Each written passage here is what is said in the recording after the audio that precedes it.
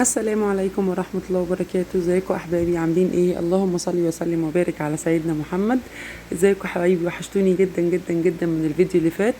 فيديو جديد وروتين جديد ويوم جديد، كله خير وبركة يا رب ان شاء الله، من عند ربنا سبحانه وتعالى.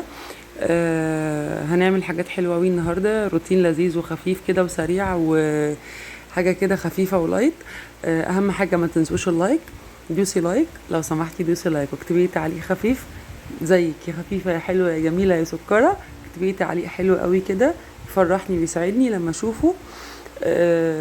وادعي لي دعوه بظهر الغيب اردها لك باذن الله بظهر الغيب. تمام. نقول بقى الروتين بتاعنا النهارده كان فيه ايه. فاكرين في المشتريات المره اللي فاتت، الفيديو اللي فاتت، مشتريات الاسبوع بتاعه الخضار، انا كنت جايبه معاكم طماطم للتلاجة وطماطم اعملها صلصه. حلو. الطماطم اللي عاملها صلصه دي الراجل ما كانش بيخلينا ننقيها، كان مرخص في سعرها، واصلا الطماطم في السوق الكيلو ب15 جنيه، دي اللي انت بتنقيها.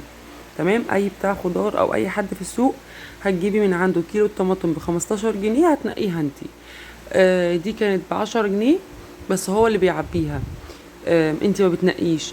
فهو عبالي اخدت منه 2 كيلو. طبعا كان فيها جامد، على نص مستوي، على حته كده مطرح القفص، على حاجه كده مش متظبطه. بس يعني انت بقى بتظبطي ايه. روحت بقى غسلتها وسبتها في ميه وكده. وفي الروتين دوت معاكي اهوت. رحت قلت وانا بصراحه كنت جايباها مش عشان اعمل صلصه طماطم عاديه، انا بعمل صلصه المحشي عشان خاطر بتسهل عليا يوم المحشي. ما بحبش يبقى كل حاجه بتتعمل في يوم المحشي تبقى تقيله، الموضوع بيبقى تقيل، عشان كده بحب اعمل كل حاجه كده واشيلها في يوم مختلف، بحيث ان انا اليوم اللي هنوي فيه ان انا اعمل محشي فيه اروح مطلعه بس الحاجه تفك من التلاجة وخلاص، واحشي وخلاص على كده. تمام. بيبقى بالنسبه لي اكله عاديه زيها زي اي اكله، ما بتبقاش حاجه محتاجه يوم معين او يوم مخصوص افضي نفسي فيه عشان اقعد اعمله. فاهمه قصدي ايه؟ بس. فانا رحت جايبه الطماطم نضفتها كويس قوي ورحت غسلاها وسبتها على جنب، وقشرت بصل، دول حوالي 2 كيلو الا بعد التنظيف مثلا. تمام. نضفتهم وظبطتهم كويس قوي، قطعتهم من صاص وقطعتهم من صاص وحطيت حبه ميه. انتي ممكن تضربيهم في الخلاط عادي، بس انا عن نفسي الهاند بلندر بستسهله جدا في الاستخدام.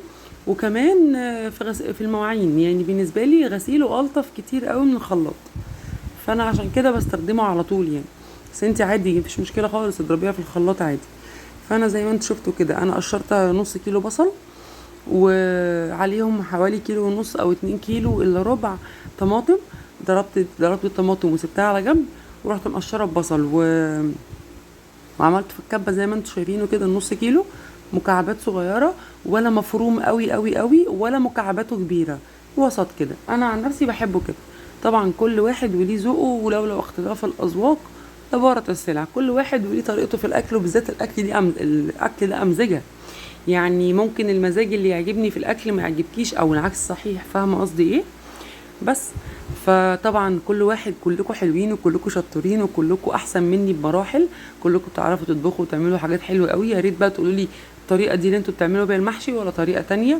انا دي طريقه بعملها، وفي طريقه تانية بعملها برضو للمحشي، هبقى اشاركها معاكم ان شاء الله في فيديو من الفيديوهات اللي جايه باذن الله. بس. فانا دلوقتي عملت ايه، نزلت شوحت البصل، ما حمرتوش ولا يعني ولا اتقرصت عليه في التشويح. انا بس يا دوبك تقلبتين تلاته كده في الزيت، ورحت نازله عليه بالطماطم، سبتهم بقى مع بعض يتسبكوا كويس، ورحت نازله عليهم بقى بالتوابل. ايه هي التوابل يا امان؟ هقولك. حطيت عشان الكميه عندي كبيره في الصلصه، فحطيت مكعبين فاين فوز، حطيت معلقتين 3 فلفل اسود. المعلقتين يا جماعه مش معالق كبيره ولا حتى معلقه الشاي، ده المعلقه اللي انا حاطه بيها زي معلقه الايس كريم الصغيره بتاعت التوابل. تمام. فمعلقتين فلفل اسود، معلقتين كمون، ومعلقتين كزبره ناشفه، معلقتين توابل اللي هي كل التوابل على بعض دي اللي بفرمها مع بعض. ممكن تحطي معلقه 11 بهار او معلقتين. وطبعا ما ننساش ملك اي تتبيله للمحاشي او ممبار او حاجه انا بحب احطه جدا، النعناع الاخضر. سواء بقى تحطيه فريش مفيش مشكله، انتي بتقطعيه حتت صغيره وتحطيه فريش مع الخضره، او تحطيه مفروم كده ناشف يعني، تفركيه وتحطيه. حلو. بس دي العلبه بتاعت ايكيا طبعا كلكم عارفينها، دي العلبه الكبيره مش الصغيره. وما شاء الله يعني تعمل لي مرتين محشي، على بالنسبه لي انا الكميات اللي انا بعملها يعني، عشان انا بعمل على قد كيلو واحد انا وقد جوزي وبنتي صغيره. تمام. فالعلبه دي تعمل لي مرتين محشي مثلا.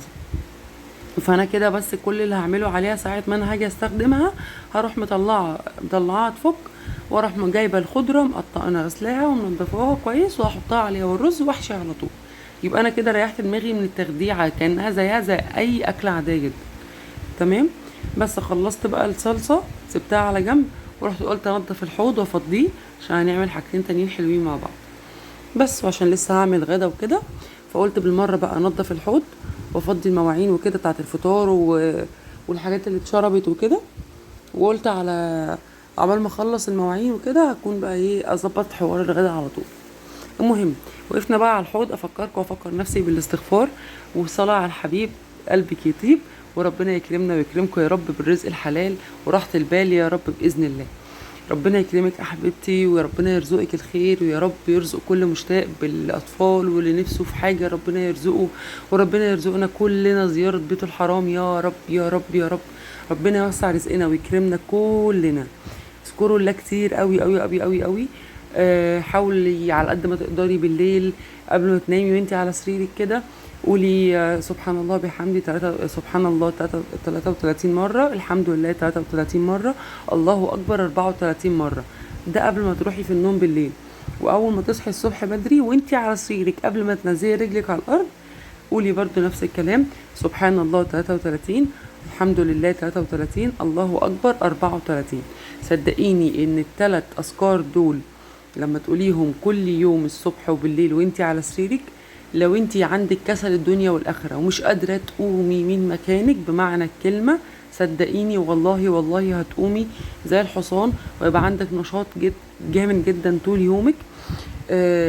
دي سنة عن سيدنا محمد. كانت ستنا فاطمة رضي الله عنها كانت بتتكلم. بصوا هو انا مش بقول كلام 100%، انا بقوله بالحرف وبالكلام بالسنتي، بس انا هقول لكم فيما معنى اللي انا فهمته او اللي انا فاكراه من الحديث اللي سمعته. ان ستنا فاطمه رضي الله عنها كانت بتتكلم مع سيدنا محمد بتقول له ان هي ارهقت وشغل البيت بقى عناء عليها زياده عن اللزوم ومش قادره وبقت كسوله جدا مش قادره تقوم تعمل حاجات البيت. قال لها هقولك على حاجه تعمليها كل يوم وهتلاقي نفسك ان انتي عندك طاقة بتاعت كل يوم قادرة تستحملي كل شغل البيت. طبعا انا مش بقولها باللفظ اللي اتقال بيها الحديث، بس انا بقول لكم باللغة العامية اللي انا ترجمتها لنفسي بيها. فاهمين قصدي؟ بس فسيدنا محمد عليه الصلاة والسلام راح قايل لها اذكروا الله وصلوا على سيدنا محمد في قلبكم يلا. فسيدنا محمد راح قايل لها اذكري قولي الاذكار دي كل يوم بالليل واول ما تصحي الصبح وانتي قبل ما تخشي على سريرك قوليها، واول ما تصحي من النوم قبل ما تنزلي من على سريرك قوليها كل يوم، وهتشوفي يومك هيبقى فيه بركة وفيه نشاط وفيه حيوية غير طبيعية. جربيها وعن تجربة انا بدأت فيها فعليا. انا كان بيجيلي وقت مش قادرة اقوم من مكاني، بس صدقوني والله والله بتفرق جدا. حاولي تعمليها بجد وهتفرق معاكي قوي. حطي لنفسك نقط معينة من بالليل في دماغك، انا هقوم بكرة عندي كذا وعندي كذا وعندي كذا. ما تحطيش نقط كتير قوي انا نفسي اعمل كذا. كلنا نفسنا نقعد نهد ونشيل ونحط ونعمل ونغير ونغسل ونصبن ونعمل كل ده، بس مستحيل طول ما انت بتكركبي على نفسك دماغك هتعمليها في يوم وليله. لا طبعا هتلاقي نفسك ان الحاجه طول ما انت مكركباها في دماغك والهموم كتير والنقط كتير قوي اللي انت عايز تعمليها مش تعملي غير الحصيله بتاعتك 1 ولا 2، وهتيأسي ان انا كل ما هقول انا هقوم اعمل ما بعملش. هتبقي حاسه ان انت بقى محبطه ومش قادره تقومي ومش عايزه اعمل وخلاص، وانا كده كده ما بعملش وانا كده كده مش قادره. لا، حطي لنفسك 1 2 3 تعمليهم يوميا. دول اساسيات عندك في بيتك. يعني هصحى الصبح بدري او افتح يعني حاولي على قد ما تقدري صحيان بدري بجد بيفرق جدا جدا جدا في البيت. والله العظيم في تنظيم يومك كله كميه بركه في اليوم مش طبيعيه مع الصحيان بدري. والله عن تجربه في الحالتين. انا عندي بنتي عندها 3 سنين، فانا كان نومي وما زال لغايه دلوقتي نومي ماشي على هواها هي. بحاول على قد ما اقدر ان انا اسيطر شويه على الامور، ساعات بتفرط مني تاني وساعات اسيطر شويه. طبعا كلنا ربنا يحفظ ولادنا ويبارك في صحتهم، بنحاول ان احنا نشد شويه ونرخي شويه عشان خاطر نعرف نواكب معاهم الدنيا شويه. ففي ايام بشد عليها وبتنام بدري، وايام بسيب الدنيا شويه، او انا ببقى مش قادره اقعد اناهد معاها واقعد اصبر لحد ما هي تبطل زن وكده، فعلى حسب الوضع ساعتها. تمام. بس فاصحي بدري، دي رقم واحد. حطي في دماغك ان انا عايزه انام بدري واصحى بدري على قد ما تقدري، على قدر المستطاع. تمام. صلي على النبي. يلا دوسي لايك لو انت بتتفرجي على الفيديو لغايه دلوقتي ما دوستيش لايك، انا ازعل جدا. دوسي لايك يلا، واكتبي تعليق حلو، قولي لي انت من اي بلد بتشوفيني، قولي لي ايه رايك في الفيديو، وادعي دعوه حلوه بظهر الغيب، وادعي لك زيها ان شاء الله بظهر الغيب. تمام. بس فصحيتي بدري، ده رقم واحد. رقم اتنين، اعملي لك حاجه تشربيها الاول. معلش، اتوضي، صلي ركعتين بس، ماشي. اعملي لنفسك ورد يومي بعد كل صلاة على قد ما تقدري، على قد ما تقدري. ما تجبريش نفسك على حاجة فيها يعني فيها في الأول تحسي ان انا عملت حاجة كبيرة قوي وبعد كده تبتدي تقل. لا، ابدأي بالحاجة القليلة، بالذات في الحاجات الدينية. ابدأي بالحاجة القليلة لحد ما تتعودي عليها، وسنة سنة زودي. لكن تبتدي بحاجه يعني كميه كبيره مثلا من القران، يوم ورا يوم ورا يوم، هتلاقي نفسك بتقللي في الصفحات، بتقللي في الوتر اللي انت عاملاه لنفسك. لا، انت بعد كل صلاه هي صفحه. عايزه تقري صفحه في اليوم كله اقريها، بس المهم انت تلتزمي بيها. هي صفحه على قد ما تقدري، اللي انت تخلي القران كل يوم في بقك، حتى لو مره في اليوم، بس كل يوم مره. حلو. من موبايلك بقى والمصحف. بس انا ارجح ان احنا طول ما احنا على طهارة كاملة يبقى انت معاكي مصحفك، امسكي المصحف في ايدك والمسيه وحسي بيه وخلي بقك وعينك يشبعوا من البصة جوه المصحف. تمام. هرجع اكمل معاكم كلامنا، بس هقول لكم على حاجه هنا الاول. دي مانجا انا جايباها للتفريز. دي مانجا انا اول مره انا اجرب نوع التفريز ده. انا كنت على طول بفرز الزبديه اللي هي الخضره الكبيره. المره دي بتاع المانجا قال لي لا، جربي بقى المانجا دي، اسمها نعوم او نعومي، مش فاكره حاجه كده، ونواعم حاجه كده يعني. المهم اللي يعرفها يقول لي في التعليقات اسمها ايه. تمام. جربت، قلت اجيبها، فجبت التلاتة دول. عملوا حوالي كيلو ونص، او 2 كيلو وشويه. 2 كيلو عملوا 50 جنيه، كان كيلو 25 جنيه. فشلتهم، قلت هغسلهم وانضفهم واشيلهم في الفريزر. انا زي ما هي بعملها كده، بنضفها واغسلها وانشفها واحطها في الفريزر، بس بعملش حاجه زي ما هي كده. ولما اجي اعملها من التفريز هعملها معاكم فيديو تشوفوه. اما بقى المانجا دي كانت دي سكري، وكان الراجل بيبيعها 28، ولما عدى عليها يوم او يومين فالراجل بقى بيبيعها ب20. هي ولا بايظه ولا مشروخه ولا مقطوعه ولا فيها اي حاجه خالص بايظه. هي مجرد بس ان هي دبلت شويه، مش اكتر من كده. فاهمه قصدي؟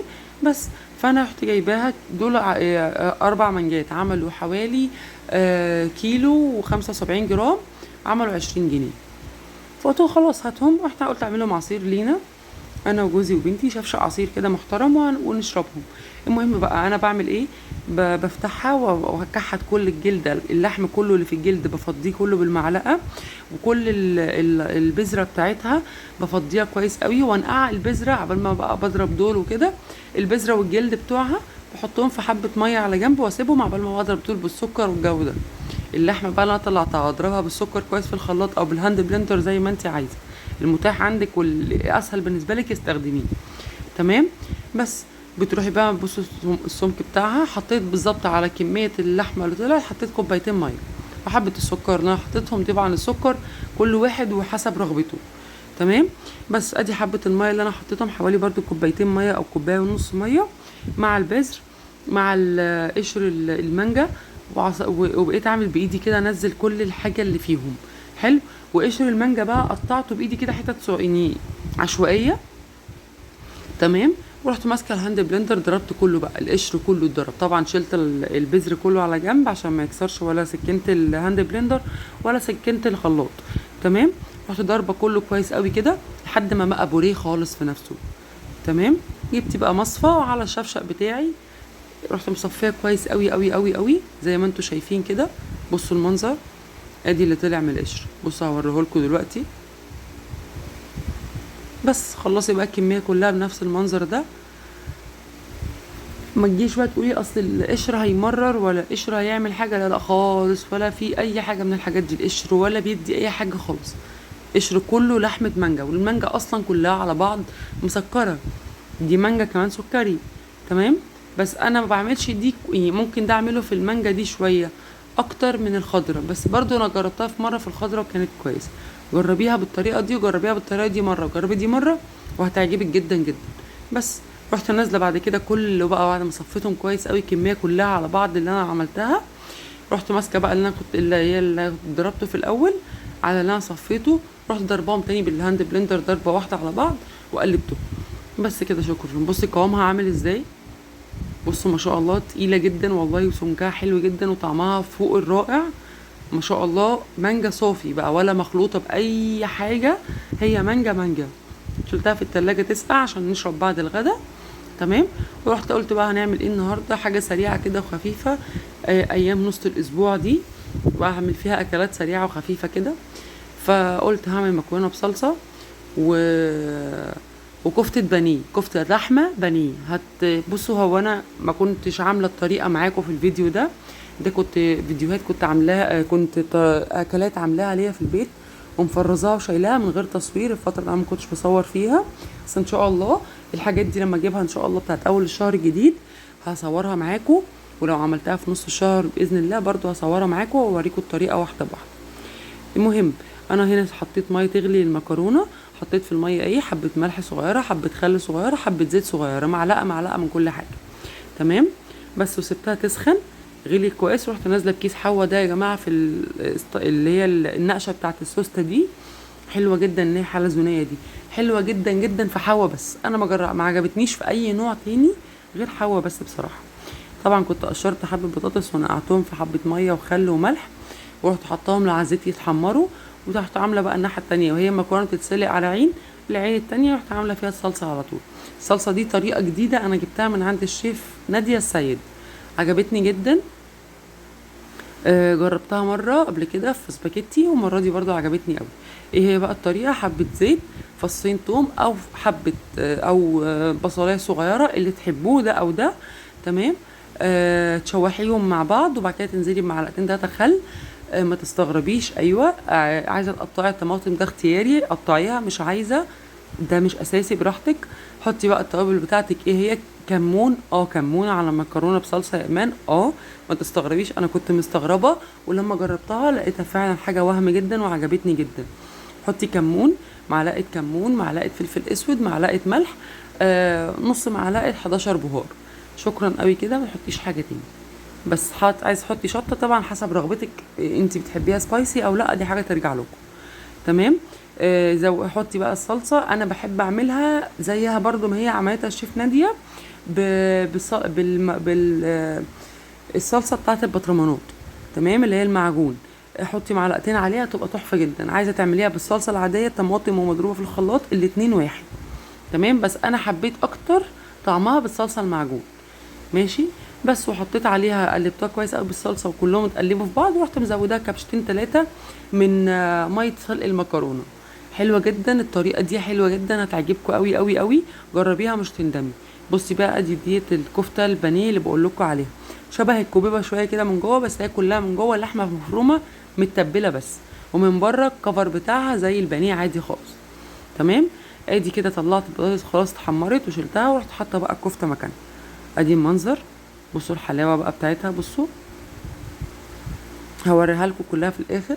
صدقوني طعمها فوق الفظيع، احلى من الكفته العاديه واحلى، يعني هي شبيهه جدا للبفتيك، بل والله طعمها مختلف واحلى.